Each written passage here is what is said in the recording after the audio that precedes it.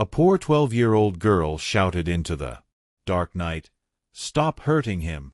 In her hands, she held only an old flashlight and trembling fingers. But that one act saved a man she didn't even know. A man who turned out to be a millionaire. Sofia Alvarez stepped out of the rundown apartment building and into the chilly autumn dusk. At 12 years old, she pulled her thin hoodie tighter around her small frame and clutched a little flashlight that her mother had pressed into her hand. They had finished a scanty supper of soup not long ago, and Sofia was determined not to miss the chance to get some extra food for tomorrow. Mrs. Hilda, who ran the corner store 5 blocks away, had promised to save some unsold bread for them. Sofia's mother, Lucia, had been reluctant to let her go out after dark, but Sofia had insisted if she didn't pick up the bread tonight, they'd have nothing fresh to eat in the morning. Lucia finally relented, her voice full of concern as she said, "Be careful, Mika," and locked the door behind her daughter. Now on the street, Sofia moved quickly under the streetlights, avoiding the deep shadows between them. A few people were still about, but no one paid her any attention. She passed shopkeepers closing up for the night, and a group of teenagers laughing on a stoop. The familiar sights and sounds of her neighborhood gave her a small comfort, even as the darkness deepened. Just as she neared the block where the corner store stood, a muffled cry from a nearby side street made her stop. She turned her head toward the sound, heart thudding. From down a narrow alley, she heard a heavy thump and a low moan of pain. Someone was in trouble. Sofia's pulse quickened. This part of town could be dangerous after dark. Her mother's warnings echoed in her mind. Stick to the main streets. But that cry for help pulled at her. Someone needed help, and there was no one else around. Gripping the flashlight, Sofia inched toward the mouth of the alley. In the weak glow of a distant street lamp, she saw a large man in a dark jacket standing over another man who lay crumpled on the ground. The victim was curled up, trying to shield himself as the attacker yelled something and kicked him hard in the ribs. Sofia's hands trembled with fear, but anger at the sight pushed her forward. It was wrong to just stand by. Taking a deep breath, she stepped into the alley's entrance. "Hey, leave him alone," she shouted, trying to sound braver than she felt. The assailant's head whipped up at the sound of her voice. In the dim light, Sofia saw a flash of a scowling face beneath a knit cap. "Get out of here, kid," he snarled, starting toward her. Sofia's heart pounded, but she held her ground. She flicked on the flashlight and aimed the beam straight into the man's face. He flinched momentarily, blinded by the sudden light. "Help! Someone! Help!" Sofia screamed at the top of her lungs, hoping desperately that someone nearby would hear. For a moment, the attacker hesitated, blinking against the flashlight's glare. Distant voices rose in confusion. Those teenagers on the stoop had heard her cries and were coming to see what was happening. The man let out a curse, eyes darting from Sofia to the street. "This isn't over," he growled, his voice low and threatening. Then, with a final glare, he turned and ran, disappearing deeper into the darkness of the alley. Sofia stood there trembling, barely able to believe he'd fled. As soon as he was gone, she rushed to the man on the ground. He was lying on his side, arms wrapped around his middle, where he'd been kicked. Close, Sophia could see he was older, maybe in his late 50s, and well-dressed in a suit that was now rumpled and dirty. A gash on his forehead trickled blood, and his face was contorted in pain. Sir, can you hear me? Sophia knelt beside him, her voice shaking. She gently touched his shoulder. The man's eyes fluttered open, pale blue and unfocused. He groaned softly. "Thank you," he managed to whisper. "Please don't move." "I'm getting help," Sophia said, trying to sound calm. She wished she knew more. First aid. In school, they'd been taught a few basics. She remembered she should keep him talking, keep him awake. "Help is coming. Just hold on." Footsteps skidded to a stop behind her. Two of the teenagers from the street arrived, breathless. One, a tall boy, immediately pulled out his phone. "I'm calling 911, he said, voice shaking with adrenaline. The other, a girl with bright pink sneakers, dropped to her knees opposite Sophia. Her eyes were wide with fear as she looked at the injured man. The two teenagers hovered nearby, pale and anxious, as Sophia kept talking to the man, urging him to stay awake. The man's breathing was ragged, but at least he was alive. Sophia took the man's hand in both of hers, trying to comfort him. "Hang in there, sir. Stay awake. Okay. Stay with me." Minutes later, the wail of sirens echoed off the brick walls. Ambulance screeched to a halt at the mouth of the alley, lights flashing red and blue, and a police car arrived right on its tail. Two paramedics jumped out of the ambulance and hurried over with a stretcher. "Please step back," one directed as they reached the injured man. Sophia let go of his hand and rose, moving just out of the way but close enough to watch. Her heart hammered in her chest as the paramedics quickly assessed the man, checking his pulse and bleeding. They worked efficiently, strapping him onto the stretcher and securing an oxygen mask over his face. Police officer approached the small cluster of bystanders, which included Sophia and the two teens. "Did anyone see what happened?" he asked, looking from the teenagers to Sophia. Sophia mustered a shaky breath and raised her hand slightly. "I did. I saw it," she said. Her voice was unsteady, but she met the officer's eyes. "What's your name?" the officer asked, pulling out a small notebook. "Sophia Alvarez," she replied, her voice small and shaky. "All right, Sophia," Officer Patel said quietly. "Can you tell me what happened?" Nearby, the paramedics were already wheeling the injured man toward the ambulance. One of them had picked up the man's belongings, a briefcase, and a wallet that had spilled out. As they loaded him into the ambulance, one paramedic called out to the officers, "We have his ID. Nathaniel Grayson, age 60. Officer Patel's eyebrows shot up. Clearly, he recognized the name. Sophia did too.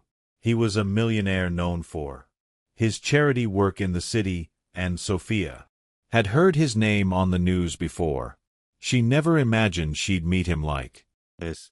Sophia felt a strange jolt in her stomach. She squeezed the man's hand once more as the paramedics prepared to shut the ambulance doors.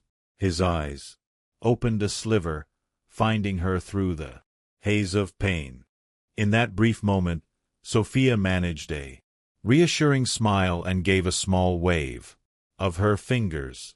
The ghost of a smile seemed to flit across the man's bruised face before his eyes closed again. "We're heading to St. Mary's Hospital," one of the paramedics said as he hopped into the ambulance. Within seconds, the ambulance was pulling away, siren blaring into the night.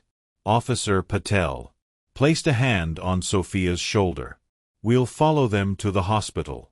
Come on, I'll give you a ride. We need to call your parents and let them know you're safe." "My mom's at home," Sophia said, suddenly remembering how worried Lucia must be. She had lost track of time, but it was well past when she should have been back. "She's going to be so worried." "We'll call her on the way," Officer Patel assured. He guided Sophia toward the back seat of the police car. The two teenagers waved as she climbed in. Sophia managed a weak smile in return, grateful they had come to help. As the cruiser followed the ambulance through the city streets, Sophia sat in the back seat, her hands still trembling in her lap. Only now did she notice the dark smudges of blood on her fingers. Mr. Grayson's blood. She wiped them on her jeans, swallowing hard. The adrenaline that had kept her brave was fading, leaving her feeling shaky and cold. In the front seat, Officer Patel was talking quietly into his radio, reporting the situation. As promised, he then phoned Lucia to explain what had happened and that Sophia was safe. Sophia could imagine her mother's voice, frantic at first, then filled with relief. She longed to hear her mother directly, but there wasn't time yet. After he hung up, Officer Patel glanced at Sophia in the rear view mirror. "Your mom knows you're okay. We'll be at the hospital soon." "Thank you," Sophia whispered, her voice with emotion. Sophia pressed her forehead to the cool window glass and watched the city lights streak by in a blur. "I just hope he'll be all right," she said softly. Her reflection in the glass showed a scared little girl, eyes red from tears she was holding back. The officer nodded. "I think he's in good hands now, thanks to you." Sophia closed her eyes for a moment, letting the hum of the car soothe her. She had stepped up to help a stranger in need, and nothing about this night had gone as expected. She had no idea what would happen next to Nathaniel Grayson or to her, only that after tonight, nothing would be quite the same again. Sophia sat hunched on a hard plastic bench in the hospital waiting area, her small hands twisting the edge of a wool blanket an officer had draped over her shoulders. The fluorescent lights made everything feel unreal. Hours ago, she had been walking home like any other night. Now she was here, the stranger's blood still on her sleeve, waiting for news. Detective Danielle Lee stood nearby, speaking in a low voice into his phone. When he finished, he approached the 12-year-old with a gentle expression. "They're taking care of him, Sophia," he said. "The doctors say he's stable, thanks to you." Sophia released a breath she didn't realize she'd been holding. Relief and exhaustion washed over her. "I just hope he'll be okay," she murmured.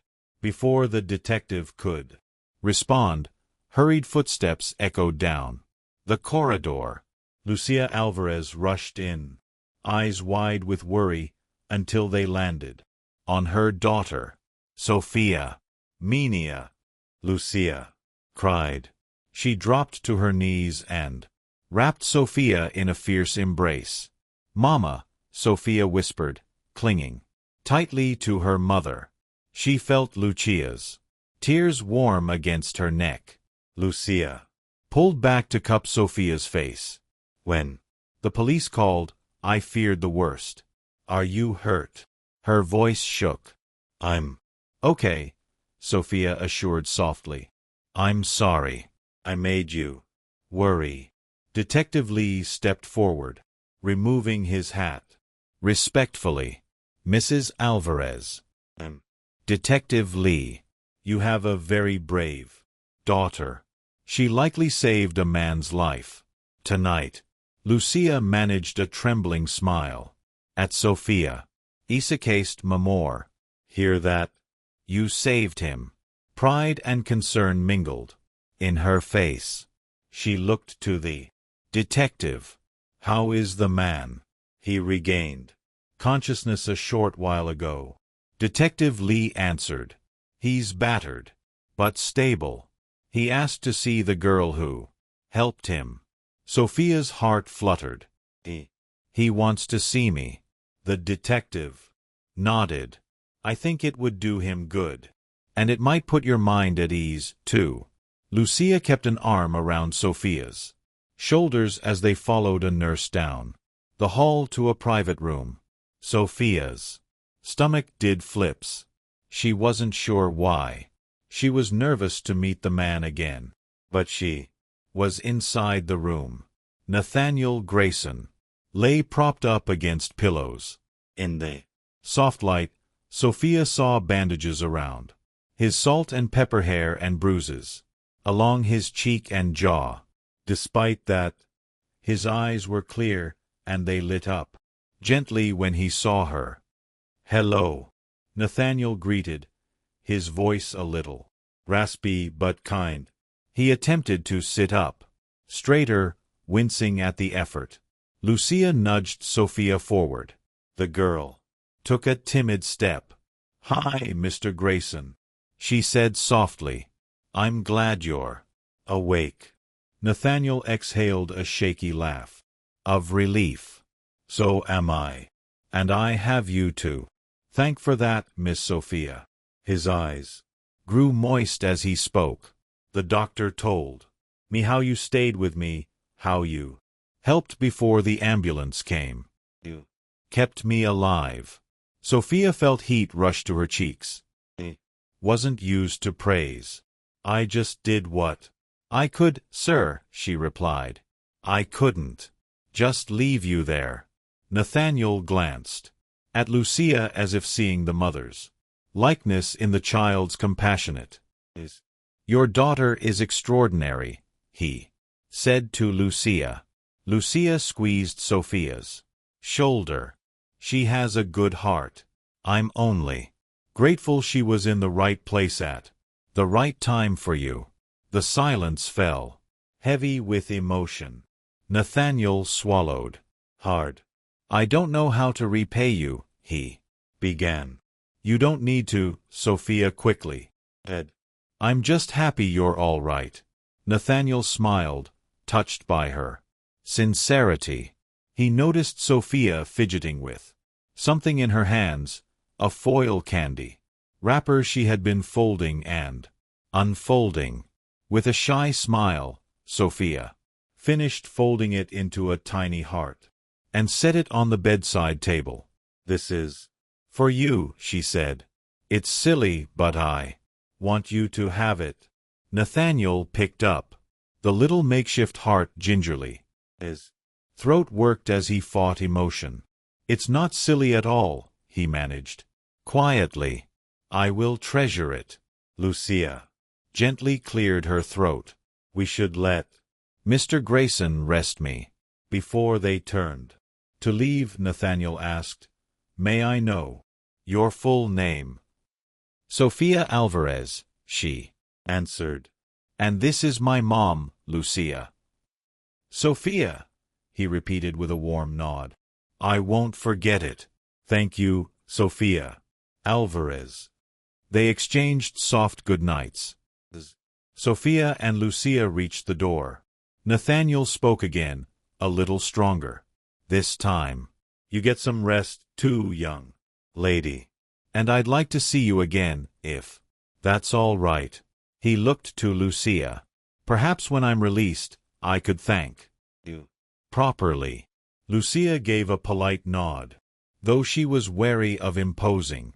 You owe us nothing, Mr. Grayson, but I'm sure Sophia would be happy to see you when you're feeling better. With a final smile, mother and daughter slipped out. Sophia's heart felt strangely light after seeing Nathaniel safe. Back in the hall, Detective Lee was waiting. Everything okay? He asked. Sophia mustered a tired smile.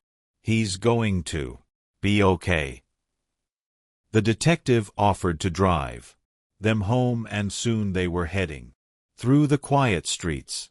Sophia leaned against Lucia's side in the back seat, exhaustion setting in now that the crisis had passed.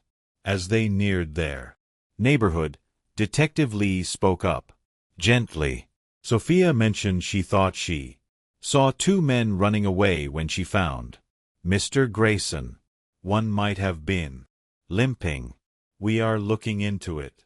Lucia stiffened slightly, holding Sophia closer. The idea that dangerous people were out there unsettled her deeply. Will you catch whoever did this? She asked. We'll do everything we can, Detective Lee promised. Mr.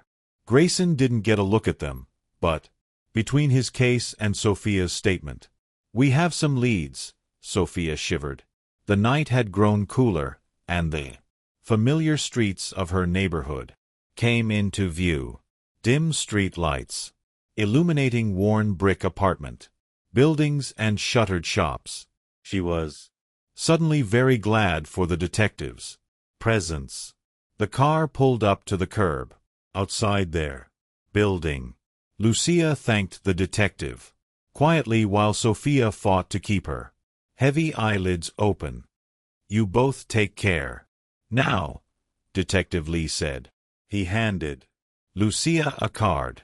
Call me if you need anything or remember any other details, and I'll be in touch. Lucia nodded, and Sophia managed a wave as he drove off.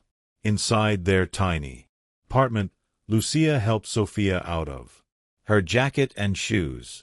Only now did she notice the blood on her daughter's clothing, and her breath caught, but she said nothing, not wanting to alarm Sophia further. That could be dealt with tomorrow. Sophia was nearly asleep on her feet. Lucia guided her to the small bed in the corner and pulled the thin blankets up around her shoulders. Mama, Sophia murmured as Lucia brushed a damp strand of hair from her forehead. "Kay Yamor," Lucia replied softly. "That man, Nathaniel, he could have died," Sophia said, voice thick with drowsy emotion.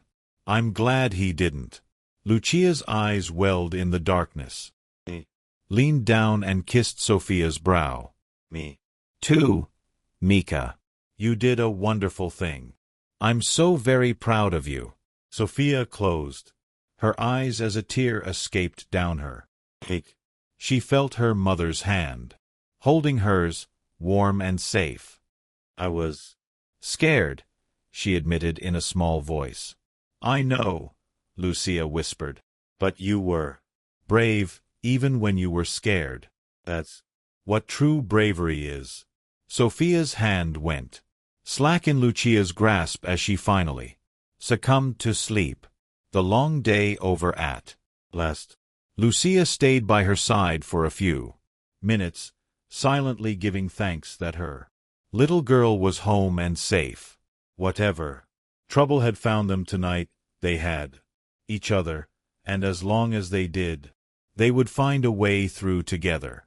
2 days later, pale morning sunlight filtered through the single window of the Alvarez apartment. Sophia sat at the small kitchen table, carefully pouring 2 cups of chamomile tea, one for her mother and one for their expected visitor. Nathaniel Grayson had called the day before to ask if he might stop by. True to his word, he hadn't forgotten them. Lucia moved about the cramped apartment, tidying a neat stack of books and smoothing the threadbare sofa cushion. She was anxious. It wasn't every day a millionaire came calling to their humble home. "Do you think he'll be comfortable here?" she murmured under her breath. Sophia offered a reassuring smile, though she smoothed her faded skirt nervously. "He's coming to see us, Mama." "Not the apartment," she said. Still her own heart fluttered with anticipation. A firm knock at the door sent them both standing upright. Lucia hastened to open. There stood Nathaniel Grayson, looking a bit pale but upright. The bruises on his face had faded to a yellowish tinge, and he leaned lightly on a cane. He smiled warmly. "Good morning," Nathaniel greeted. "May I come in?" "Of course, please," Lucia replied, stepping aside. The apartment's shabbos was evident. Peeling paint, a single hot plate for cooking, a sagging bed against the wall. Nathaniel seemed to take it in, without judgment, turning his attention immediately to Sophia. "Hello, Sophia," he said. Sophia grinned. "Hello, Mr. to Nathaniel." He corrected herself softly, remembering he'd asked her to use his first name. Nathaniel bent slightly, gingerly, mindful of his ribs, and gave her a brief, gentle hug. "It's good to see you again," he said sincerely. Lucia offered him the sturdier of their two chairs. "Please have a seat. Can I get you some tea? It isn't much, but it's warm." "Ah, sounds wonderful," he replied as he sat. He rested his cane nearby and exhaled, glad to be off his feet. Sophia brought him a steaming cup, which he accepted with thanks. For a moment, they all sipped in a shy silence. Finally, Nathaniel cleared his throat. "I hope I'm not intruding. I realize I rather invited myself over," he said. "Not at all," Lucia said quickly. "We're honored you came. How are you feeling on the mend?" He answered. "The doctors say I was very lucky. Just a concussion and some cracked ribs that will heal. I'm already moving better." He gave Sophia a meaningful smile. "Lucky because of you, of course." Sophia felt her cheeks warm. She ducked her head. "I'm glad you're okay," she murmured. Nathaniel reached into his jacket then and pulled out a slim envelope. He held it out to Lucia. "I wanted to properly thank you both. This is a small gesture of my gratitude." Lucia took the envelope curiously. Inside was a handwritten note and a check. When she saw the number on it, her breath caught. "Mr. Grayson, this is too much," she stammered, her hands shaking. "It's for Sophia's education and whatever you might need right now," Nathaniel said gently.